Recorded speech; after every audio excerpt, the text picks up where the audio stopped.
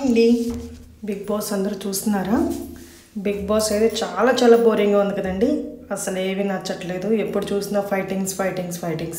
Big boss అంటేనే fightings, కానీ ఇంత మరీ ఎక్కువగా ఉంది ఈ సీజన్ అయితే. అస్సలు చూడాలనిపించట్లేదు అనమాట. అంత రీజను చెప్పలేమన్నమాట, అంత దారుణంగా ఉంది.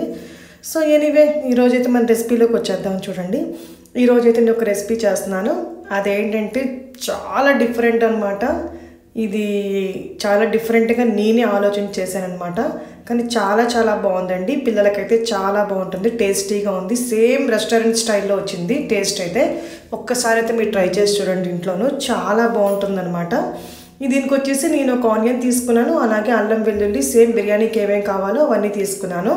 బిర్యానీకి కావాల్సినవి తీసుకున్నాను, కానీ కొంచెం డిఫరెంట్గా చేయాలండి. ఇది బిర్యానీలా కాదు, కొంచెం డిఫరెంట్ స్టైల్లో ఉంటుంది. చూడండి, పచ్చిమిర్చి, అలాగే నేను వెల్లుల్లిపాయలు, అలాగే అల్లం, ఒక హాఫ్ అల్లం తీసుకున్నాను. అలాగే నేను ఒక హాఫ్ ఆనియన్ తీసుకున్నాను, అలాగే ఒక టమాటా తీసుకున్నాను. తర్వాత వచ్చి నేను ఈ అల్లం వెల్లుల్లి పచ్చిమిర్చి ఇవన్నీ వేసేసి మిక్సీ పట్టుకుంటున్నాను అనమాట. అది ఎలా మిక్సీ చేస్తున్నాను, ఇంకేమి యాడ్ చేస్తున్నాను చూడండి. తర్వాత టమాటా కూడా యాడ్ చేశాను. ఇలా టమాటా కూడా యాడ్ చేసిన తర్వాత ఇప్పుడు పెరుగు ఉంటుంది కదండి, పెరుగు బాగా థిక్ కర్డ్ అనమాట. అంటే థిక్ బాగా వెన్నతో ఉన్న పెరుగు లాంటిది వేసుకోవాలన్నమాట. అది నీళ్ళ పెరుగు కాకుండా కొంచెం బాగా గడ్డ పెరుగు ఉంటుంది చూసారా, ఆ పెరుగునైతే దీనికి యూజ్ చేసుకోవాలన్నమాట. ఇఫ్ ఇన్ కేస్ యోగట్ కూడా యూజ్ చేసుకోవచ్చు, యోగట్ అనుకో ప్లెయిన్ యోగట్ కూడా యూజ్ చేసుకోవచ్చు. ఈ యోగట్ని అయితే నేను యూజ్ చేస్తున్నాను, బాగా థిక్గా ఉన్న యోగట్ని. సో అలా యాడ్ చేసుకున్న తర్వాత మనం ఏం చేయాలంటే దీన్ని ఒక డిఫరెంట్ వేలో మనం గ్రైండ్ చేసుకోబోతున్నాం. తర్వాత వచ్చి మసాలా దినుసులు అనమాట. దీంట్లో మసాలాలు మనం పౌడర్ యాడ్ చేయట్లేదండి, డైరెక్ట్గా ఫ్రెష్గా ఉన్న మన మసాలా పీసెస్ అన్నీ కలిపి ఇందులో యాడ్ చేస్తాం అనమాట. మసాలా ఇంగ్రీడియంట్స్ ఉంటాయి కదా, అవన్నీ నేను యాడ్ చేస్తున్నాను అనమాట. సో ఇందులో మీకు ఏమైతే చూపించానో అవన్నీ అనమాట. ధనియా కూడా యాడ్ చేసుకోవాలన్నమాట, ఒక స్పూన్ ధనియా కూడా యాడ్ చేసుకోవాలన్నమాట. ఇలా యాడ్ చేసుకొని దాంట్లో కొంచెం వాటర్ అంటే యాడ్ చేసుకోవాలి. దాల్చిన చెక్క కూడా యాడ్ చేసుకున్న తర్వాత, సినమన్ యాడ్ చేసుకున్న తర్వాత కూడా మనం ఒక గ్లాస్ అయితే వాటర్ యాడ్ చేసుకోవాలన్నమాట. దానికి గ్రైండ్ చేయడానికి మెత్తగా గ్రైండ్ అవ్వాలండి, మెత్తగా గ్రైండ్ అవుతే బాగుంటుంది. సాల్ట్ కూడా యాడ్ చేసుకున్నాను ఇందులోనే. కొంతమంది ఇష్టపడితే పసుపు వేసుకోండి. నేను బాగా ఎల్లో కలర్లో బిర్యానీ నచ్చదు కాబట్టి మా ఇంట్లో నేనైతే వేయలేదు పసుపు. సో వేసుకునేవాళ్ళైతే లైట్గా పసుపు వేసుకోవచ్చు. దాన్ని బాగా గ్రైండ్ చేసిన తర్వాత నేను దీంట్లో ఆయిల్ ఆర్ గీ, కొంచెం ఆయిల్ కొంచెం గీ రెండు యాడ్ చేశానండి. సో ఆయిల్ అయితే నేను మళ్ళీ ఆవాల నూనె అయితే యాడ్ చేశాను, ఆవాల నూనె కొంచెం, అలాగే కొంచెం గీ కూడా యాడ్ చేసుకున్నాను. సో ఆవాల నూనె వాడడం వల్ల వెయిట్ లాస్కి అవుతారు కాబట్టి నేను అదే వాడుతున్నాను అనమాట. కాకపోతే కొంచెం హీట్ అయితే బాగా చేస్తుంది, కొంచెం జాగ్రత్తగా ఉండండి. సో తర్వాత వచ్చి ఆనియన్ పీసెస్ని బాగా నిలువుగా కట్ చేసుకొని ఇలా మనం వేసుకోవాలన్నమాట. వేసుకొని దాన్ని సాల్ట్ అందులో వేసాం కాబట్టి మనం సాల్ట్ ఇందులో అయితే వేసుకోక్కర్లేదండి. ఒకవేళ సాల్ట్ అందులో యాడ్ చేసుకోకపోతే మటుకు ఇందులో వేసుకోవాలి, కానీ నేను ముందే అందులో మసాలాతో పాటు నేను గ్రైండ్ చేసుకున్నాను కాబట్టి సాల్ట్ ఇందులో అయితే నేను యాడ్ చేయట్లేదు. సో ఇదైతే బాగా కలుపుకోవాలన్నమాట. ఎలాగంటే గోల్డెన్ బ్రౌన్ వచ్చేయాలన్నమాట. మొత్తం ఆనియన్ పీస్ అని గోల్డెన్ బ్రౌన్లోకి వచ్చేయాలి. తర్వాత ఈ పేస్ట్ చూసారా ఎలా వచ్చిందో. సో ఇది ఆడుకున్నాను కదండి, పేస్ట్ ఇలా వచ్చిందనమాట. చూసారు కదా, ఇలాగా పేస్ట్ అయితే మెత్తగా ఇలా అయిపోయింది. నా గ్రైండ్ అయిన పేస్ట్ని ఇందులోనే మనం కర్డ్ యాడ్ చేసుకున్నాం కాబట్టి టేస్ట్ కొంచెం డిఫరెంట్గా ఉంటుందండి. గ్రైండ్ అయిన పేస్ట్ని మనం మళ్ళీ తర్వాత బాల్ ఇలాగా వేసుకోవాలి, పాన్లో వేసుకొని బాగా కలుపుకోవాలన్నమాట. ఎలాగంటే నూనె పైన తేలేంత వరకు, ఎర్రగా వచ్చేంత వరకు కలుపుకోవాలి. ఈ బిర్యానీకి మటుకి మీరు మ్యాక్సిమం నెయ్యి అయితే కంపల్సరీ యూస్ చేసుకోవచ్చు, లేదు కొంచెం ఆయిల్ యాడ్ చేసుకున్నా మంచిదే. ఈ మధ్య గీ తినమంటారు కాబట్టి గీ యాడ్ చేసుకోండి, ఇంకా చాలా టేస్టీగా కమ్మగా ఉంటుందన్నమాట. సో ఇదైతే బాగా కలుపుకోవాలన్నమాట, దగ్గర పడేంత వరకు కూడా బాగా కలుపుకోవాలి. ఇప్పుడు బిగ్ బాస్లోనే ఫైటింగ్స్ కాదులేండి, బయట కూడా జనం అలాగే ఉంటున్నారు. దానికోసం బిగ్ బాస్కే వెళ్ళవలసిన అవసరం లేదు, ఎందుకంటే బయట జనాలు చూసినా కూడా ఇప్పుడు అలాగే ఉన్నారనమాట అందరూ. సో ఎప్పుడు ఫైటింగ్ చేసుకుందామని ప్రతి ఇంట్లో కూడా ఫైటింగ్స్కే ముందు ఉంటున్నారనమాట. సో ఇప్పుడు కాలం ఎలా మారిపోయిందనమాట, దానికోసం బిగ్ బాస్ దాకా కూడా వెళ్ళక్కర్లేదనమాట.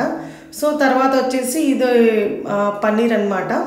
ఈ పన్నీర్ని నేను పీసెస్ కింద తీసుకున్నాను, పీసెస్ కింద కట్ చేసుకున్నాను. దీన్ని మలై పన్నీర్ అనమాట. ఇది అంటే పన్నీర్లో 2-4 వేస్ ఉంటాయన్నమాట. ఇక్కడ మాకు ఢిల్లీలో అయితే మలై పన్నీర్ ఉంటుంది, మళ్ళీ మట్కా పన్నీర్ ఉంటుంది, తర్వాత వచ్చి సోయా పన్నీర్ ఉంటుంది. సో ఇలా రకరకాల పన్నీర్ ఉంటాయన్నమాట. సో నేనైతే మలై పన్నీర్ తెప్పించాను. ఇవి కూడా డిఫరెంట్ టేస్ట్గా ఉంటాయండి. ఒక్కొక్కటి ఒక్కొక్క టేస్ట్ ఉంటుందన్నమాట. మలై పన్నీర్ అంటే అది కొంచెం క్రీమీ ఫ్లేవర్లో మెత్తగా చాలా బాగుంటుందన్నమాట. సోయా పన్నీర్ అంటే అది కొంచెం టేస్ట్ కూడా తేడాగా ఉంటుందండి. తోఫు అంటారు కదా, తోఫు టైప్ ఉంటుందన్నమాట. కానీ తోఫు కాదు, సోయా పన్నీర్ కూడా వేరుగా ఉంటుంది. సో డిఫరెంట్గా ఉంటుందన్నమాట. బఫెల్లో మిల్క్తో చేసింది ఒకటి, కౌ మిల్క్తో చేసింది ఒకటి, అలా ఉంటాయన్నమాట. తర్వాత వచ్చి డిఫరెంట్ బిర్యానీ అన్నాను కదండి. సో దీని టేస్ట్ రావడానికి మెయిన్ ఇంగ్రీడియంట్ ఏంటంటే ఎగ్ అనమాట. ఎగ్ని వేసి కలపకూడదండి. ఎగ్ని పైన అలా పన్నీర్ ముక్కలు వేసి కలుపుకున్న తర్వాత సో దాన్ని ఇంకేం కదపకుండా 2 eggs తీసుకోండి. మీరు కొంచెం ఎక్కువ చేసుకుంటే కనుక ఒక 3 eggs అలా తీసుకోండి. సో ఇలాగా నేను ఎగ్స్ని తీసి బీట్ చేసి, జస్ట్ బీట్ చేయకుండా సో హాఫ్ బాయిల్డ్ కింద వేసేస్తున్నాను. మీరేం కదపకూడదనమాట. సో అలా ఉంచేసుకొని మూత పెట్టేసుకోవాలన్నమాట. కాసేపు మూత పెట్టుకున్న తర్వాత దాన్ని నెమ్మదిగా అస్సలు కలవకుండా అది పక్కకి ఇలా తీసుకొని పక్కల వేయాలన్నమాట. తర్వాత అదే కరిగిపోతుందండి లోపల, మనమేం కలపక్కర్లేదు. కలిపితే ఏంటంటే మొత్తం స్ప్రెడ్ అయిపోయి నీసు వాసనలా వచ్చేస్తుంది. సో ఇలా చేసుకుంటే మటుకు అస్సలు నీసు వాసన రాదండి. ఒకసారి ట్రై చేయండి. తర్వాత కర్రీతో దాన్ని కప్పేసి కిందకి లోపల తోసేయండి. సో ఇదైతే ఇలా ఉంటుందన్నమాట. నేను ఒక 2 cups ఆఫ్ వాటర్ తీసుకున్నాను. 2 cups ఆఫ్ బాస్మతి రైస్ తీసుకున్నాను. దాన్ని అయితే ముందే సోక్ చేసుకున్నాను అనమాట. నేను వచ్చి 2 hours ముందే దాన్ని సోక్ చేయడం జరిగింది. సో ముందుగా సోక్ చేసుకోవడం వల్ల ఏంటంటే బిర్యానీ ఇంకా పొడవుగా చాలా టేస్టీగా పెరుగుతుందనమాట. సో అందుకని నేను ముందు 2 hours ముందే యాడ్ చేసుకున్నాను. దీనికి నేను 2 glasses ఒక్కొక్క కప్పుకి 1.5 తీసుకున్నాను. అదే మీరు కరెంట్ కుక్కర్కి అయితే కనుక ఒక కప్పుకి 2 glasses కంపల్సరీ తీసుకోవాలి, 2 cups అనమాట. సో ఇలా అయితే యాడ్ చేసుకున్న తర్వాత బాగా కలుపుకొని దాంట్లో వాటర్ కూడా యాడ్ చేసుకొని ఇలా కలుపుకోవాలన్నమాట. కలుపుకొని ఇలా మూత పెట్టుకోవాలన్నమాట. తర్వాత కొంచెం మూత పెట్టుకోవాలన్నమాట.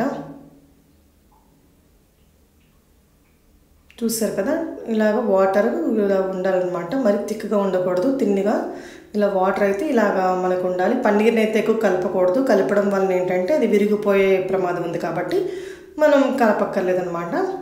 సో నెక్స్ట్ వచ్చేసి ఇది కూడా మెయిన్ ఇంగ్రీడియంట్ అండి. మీకు దొరికితే గార్లిక్ బ్రెడ్ యూస్ చేయండి, లేదంటే గార్లిక్ ఆర్గానో అని చెప్పి ఇప్పుడు మార్కెట్స్లో దొరుకుతుంది. సో మీకు కనుక దొరికితే కనుక తీసుకోండి, లేదంటే నో ఆప్షన్ లేకపోతే కనుక మీరు మామూలు బ్రెడ్ అనే తీసుకోవచ్చు, మిల్క్ బ్రెడ్. సో దీంట్లో చూసారు కదా, ఇందులో కూడా అన్నీ మంచి ప్రొడక్ట్ ఉన్నాయండి. ఇందులో కూడా ఏం ప్రిజర్వేటివ్స్ అవన్నీ లేకుండానే నో యాడెడ్ అనమాట, నాట్ మైదా అనమాట ఇది.